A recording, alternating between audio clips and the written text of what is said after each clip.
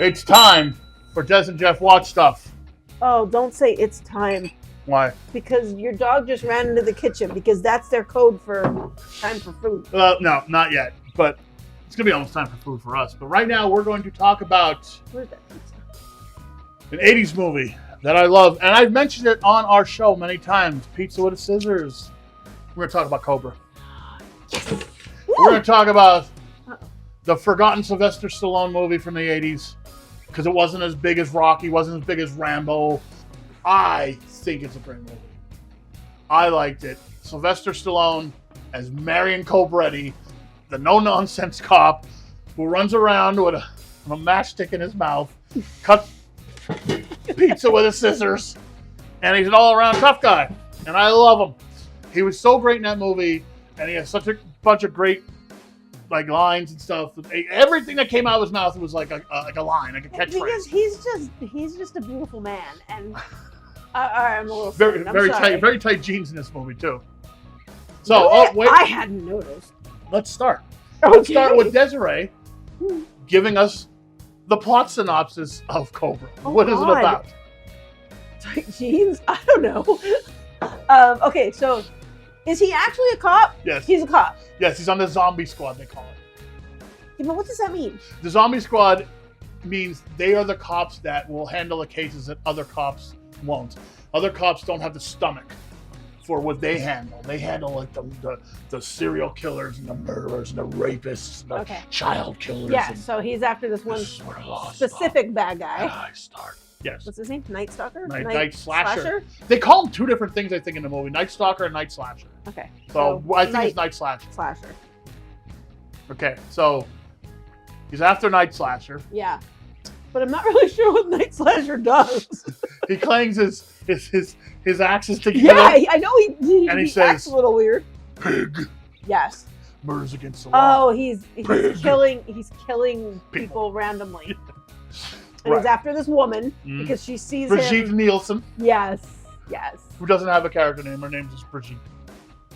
I didn't know that. Do you remember her name? The character's name in the movie? No. No. But I guess she saw them committing one of these crimes, so then they're out to get her. Yeah. And she's a model. Of course, she's a supermodel. And the 80s. There you go. And then he takes her into a safe house, and they find her because that really ugly looking cop lady. Because there's a cop they have a cop on the inside. Yeah. Because they're like this cult. Right. You have to. You probably didn't get to the first time around because I know I didn't back when I was 12 and I saw this movie. But every time I watched it, I learned a little bit more because they don't really go into detail about what the cult actually does. Yeah, I know they kill people. That's about it. Yeah. But there's some kind of cult. One of them wears a hood or something. It's also based on a book, which is weird. There's and I knew this too, but I'll give a shout out to our friend Chris Fulmer because he mentioned it to me to remind me about this.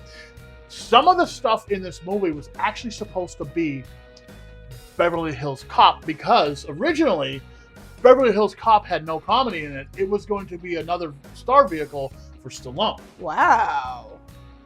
Or something like that. Stallone didn't want the comedy, and so then it ended up in the hands of Eddie Murphy, and the rest is history. Interestingly, yeah. Well, that would have changed history. Oh yeah. So some of the stuff that was written for Beverly Hills Cop originally ended up in Cobra because apparently the book that it's based off of has nothing really to do with the movie. It's the whole weird convoluted thing. I don't have any notes. I did have notes, but I don't know where they are. So I'm just kind of going off of drunken memory right now about Cobra. But yeah, that's a really, really interesting thing. You know me. I love to see how the sausage is made because. And I don't. I work in the industry. And I don't because I believe in magic. Yes. There you go. And I don't want to know the secrets behind the magic. My friend Doug will appreciate that. Well, there you go. If he even watches. Well, he will. Shout out to Doug. Shout out to Dougie. So yeah, we have very different views of that, and I like to look at the history, the background, whatever. I won't read. I'm not going to read the book because I was told it's only like a passing resemblance to what actually is in the movie. The movie starts off really strong. That first segment in the movie in the supermarket with the guy who comes in and starts shooting up the place, and then they call the Cobra, and the Cobra shows up, and that guy from the Santa Claus. Oh, yes. The guy from the Santa Claus is there. I'm sorry, I can't think of what his real name is, but no, that's fine. If you know the Santa Claus, he's the Mulinator. Right. He's the Tooth Fairy. Right, and so that's another thing about movies. Like sometimes you just can't get a character out of your head. So when they pop up in a movie he looks like exactly the same. It's like, oh my god, you're like, it's the Mulinator. But okay, the first scene in the movie, the intro scene basically, is amazing. Our friend Jim Dormer says it goes downhill from there. I kind of agree a little bit with him, but it's still, I think, a great watch. Still now, just for Pig. Just for the nice slasher guy. Okay, can we talk about how you made that poor man say that line to you? Yes, I want to talk about that. Please. He's not a poor man. Brian Thompson is his name. He's an actor who's been in a lot of stuff. He's the villain, and he is a great villain. I mean, he's like, I wish he had more screen time. He's scary. Maybe that's better that he didn't have as much screen time because it just makes him like he's mysterious. When I was a kid, I'll say this too. We rode our bicycles from the town of Pardeesville where we grew up in to the Churchill Cinema to see this movie. There's like 12 of us. And we were, I don't know, when did it come out? 85 maybe? I don't know. I was born in 73, so we weren't that old. And we rode our bikes from there. How many miles is that? Maybe 10? No, like 2. From Churchill Cinema to Pardeesville? Yeah. 2 miles. Maybe 3. Get out. No, it's not that far. Okay, maybe it's like 10. 10 miles. It's not even 10 miles to McAdoo from Pardeesville. We rode our bikes out to see this. The one like Saturday afternoon, and a whole bunch of us, 12 of us. It was a gang of bikers on our bicycles. And a gang of bikers? Little kids on bikes? I love kids on bikes, yeah. That's like just a whole genre of movies, kids on bikes. So we rode out there, and it's just something I remember that because it's something you never see that today. Kids don't ride their bikes anywhere. So we went to the comic book convention. It wasn't Comic-Con. I think it was a Wizard World affiliate. Brian Thompson was there at the Philadelphia Comic Book Convention, which I did a whole show on with Ken Cara back in the day on Off the Beaten Path, and you can check that out. Just search Off the Beaten Path Comic Book Convention, and you'll see it. It's a whole half-hour show that we did. So much fun. Brian Thompson was there. And so I came up to him, and I was like, hey, man. I'm like, you're Pig. And he's like, Night Slasher? I'm like, no, you're Pig. And he goes, I've been in so many other things. Aww. But he's like, you remember me from Cobra. I'm like, yes, remember him from that. Yes. That's iconic. Now, I know, like, as the years gone by, because this was a long time ago, I guess he softened up on it because he had some choice words about a lot of people in that movie that worked on that movie. Anyway, I was like, do the line. I'm like, please just do the line. I may even throw him a couple bucks. I don't remember. Say it. I was like, say it. And he goes, murder's against the law, Pig. I was like, yes. He's like, do you know I've been on Star Trek? I know I've been on the X-Files. No? Yes. And I'm like, we yes. know. I don't care. Well, we want to hear you say that. I'm like, you're Pig. So, and I just actually watched an interview with him the other day because, once you say something or search for something on your phone or your computer, then your computer or your phone's like, you want to know all about this? Here you go. Here's all the stuff. So yeah, I got fed an interview with him. They shove it right down your throat. They shove it right down your throat. And he was talking about Cobra. I'm like, oh, this is really cool. And so it was just interesting. Like, he understands, like, he's an iconic villain. And he was talking about the knife, too. He said that knife was, like, super sharp. Oh. And he cut himself so many times because it was a real knife. Why'd they give him a real knife? It was a real knife. Hi, buddy. For a lot of it. Oh, here comes Puppy. There's our puppy. Come here. But yeah, I mean, of course, when he actually cuts his finger, that's fake. But he cut his fingers a lot because it was a really knife. It was a real knife. It was sharp, and when he pulled it out, sometimes he would cut himself. Oh.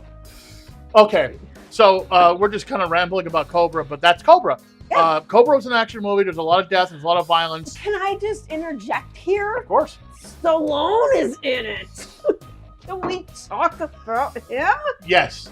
He was fantastic in it. I just have this He's on weakness for that man, and I understand he's in his 70s. It doesn't matter. I hope I look He's like that. older when I'm than my 70. parents. That's fine.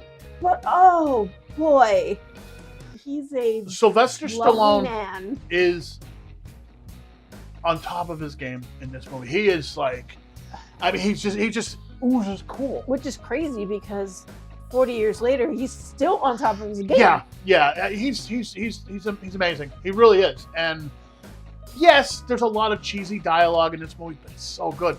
And, yeah, there is. And like, he has a partner in the movie. His cop partner. Mm-hmm. I think his name is Gonzalez.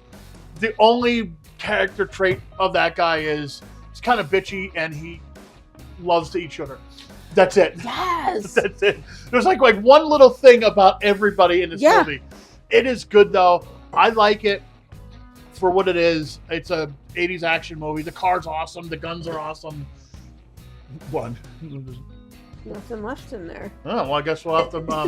Why don't you fill that up for me, dear? We infused some gin tonight with some black tea. It is amazing. It's pretty delicious, yeah. It is amazing, and it's yeah. All right. Well, listen, Des. Thanks. Oh, that was like maybe a shot. I'll have you go first. What do you give Cobra? Would you give it a? Would you suggest someone watch it that wants to see a 80s movie? 80s action movie, like at its height, you know. So am I judging this on the whole picture or Stallone's performance? Nah, I don't care, both, whatever. Because I will give Stallone a 6.9. The whole picture is a 7.0. Oh, so you like it? I really like it. You like Cobra? Cool. I just really thought it's iconic now, but Iconic. yes, sir. It is iconic, and I think it's actually gotten more popular with people our age as time goes on, because I see more people talking about Cobra. Yeah, but it also Your name might need a little bit more. Okay, it still stands on its own.